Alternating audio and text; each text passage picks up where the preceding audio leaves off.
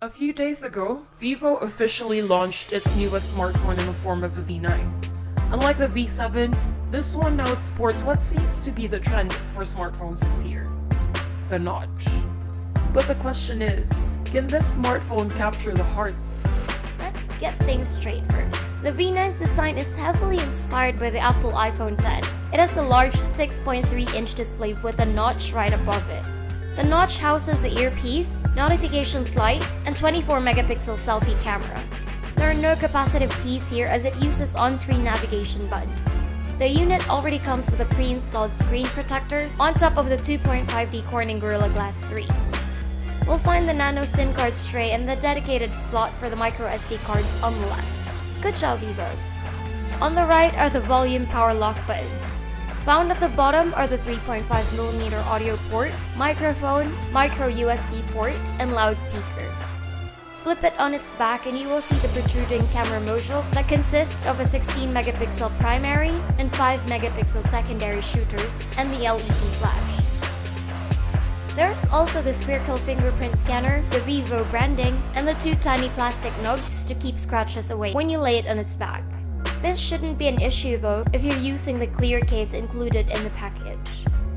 In the hands, you can immediately tell that the V9 is a well-made device.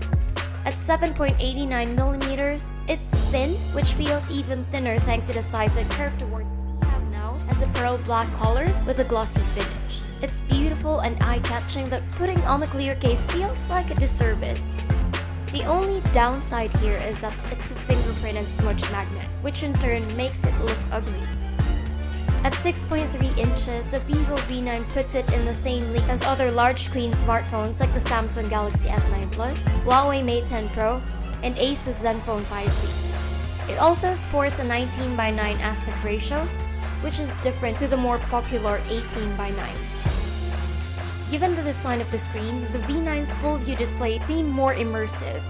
The full HD Plus resolution with a pixel density of 400 ppi improves the experience as well. Colors are accurate, viewing angles are good, and the screen is vibrant enough to be comfortably used outdoors. If you're curious about how it would look when you play videos, it doesn't extend towards the notch when using apps like MX Player.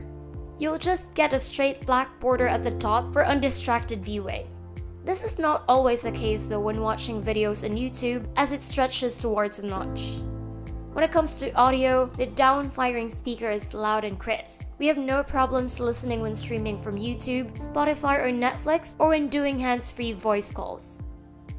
What's lacking though is space, which is not uncommon in smartphones. If you're casually listening, this will suffice, but we suggest using earphones or an external speaker for a better audio experience.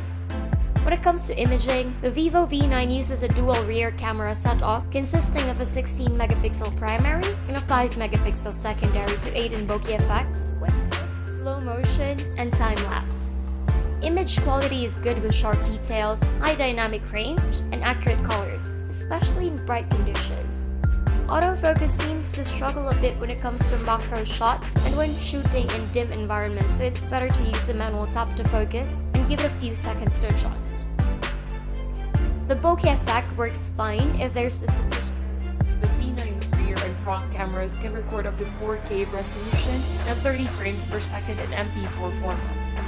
Quality is good with sharp details, accurate colors, and contrast. It doesn't have video stabilization though, so it's very prone to shakes.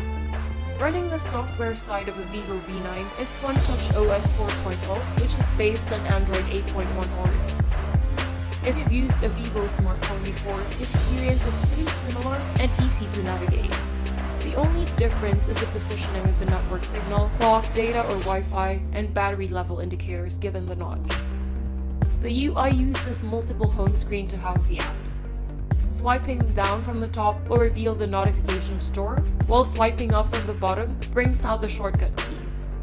Users can change the order and styles of the navigation keys under the settings menu, or choose to use navigation gestures instead of keys, so you can navigate the UI similar to how we would on an iPhone X.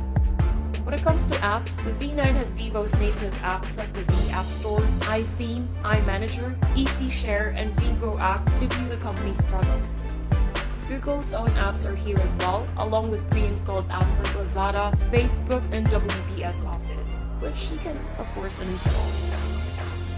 All in all, you're getting 49.40 gigabytes of usable space out of the 64 gigabytes. You can expand it using a micro SD card or USB OTG. Powering the Vivo V9 is a Qualcomm Snapdragon 626 octa-core chipset, Adreno 506 GPU, and 4 gigabytes of RAM. So far, we're happy with the performance as UI navigation and transitions are smooth. Apps launch fast, and we had no issues juggling between multiple apps in the background.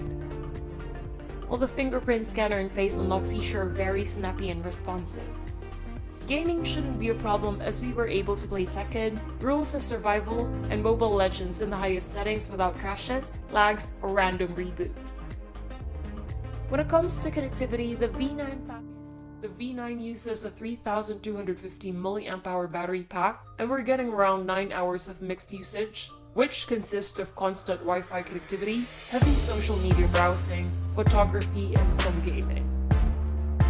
PC Mark's battery bench rated it at 11 hours and 38 minutes, while our video loop test got us 11 hours and 44 minutes of playback, which is above average. Charging, on the other hand, takes 3 hours from empty to 100%. Vivo has once again stepped up its game when it comes to releasing powerful mid-range devices. Compared to the V7 Plus, the V9 is definitely more powerful, looks better, and comes with features that are normally found in more expensive devices. Those who prefer a more immersive screen. Again, this is Kim, and I hope to see